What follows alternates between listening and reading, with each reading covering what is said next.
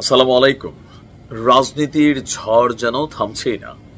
আমি যখন এই নিউজটি করছি মাত্র কিছুক্ষণ আগে আমাদের প্রধান উপদেষ্টার সাথে বাংলাদেশের বড় ধরনের বা ছোট ধরনের যে রাজনৈতিক দলগুলো আছে কয়েকটা দল বাদ দিয়ে বাকি দলের যারা প্রতিনিধি আছেন তারা কিন্তু একটা বৈঠকে বসেছেন।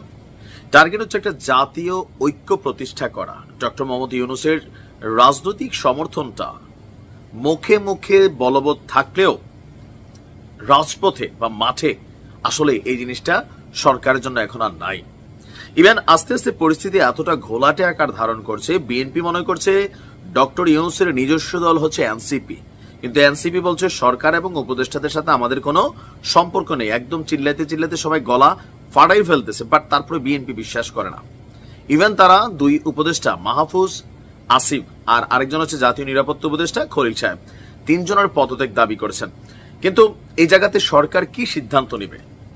মাত্র গনে গনে 24 ঘন্টার মধ্যে চাইলে ডক্টর ইউনূসের পতন ঘটাইতে পারে বিএনপি, এমন বক্তব্য দিয়েছেন দলটির স্থায়ী কমিটির সদস্য দাদা গয়েশের চন্দ্র রায়। তিনি বলছেন যে আমরা যদি বলি কালকে রাস্তায় নামি কালকে, তাহলে আমার মনে হয় ডক্টর ইউনূস 24 ঘন্টাও তিনি ক্ষমতায় থাকতে পারবেন না। তাকে ক্ষমতা ছেড়ে চলে যেতে হবে, অথবা তার পতন হবে, অথবা তিনি এই সরকার কার্যত ভেঙে যাবে। তো বিএনপি কেমনটা করবে?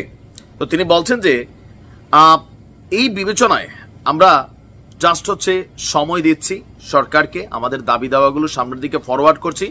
ডক্টর ইউনূস সফল হোক, তিনি সফল হওয়া মানে জুলাই আগস্ট একটা সফলতা।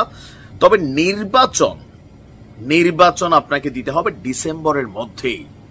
গতকালকের পর আজকে জনাব তারেক রহমান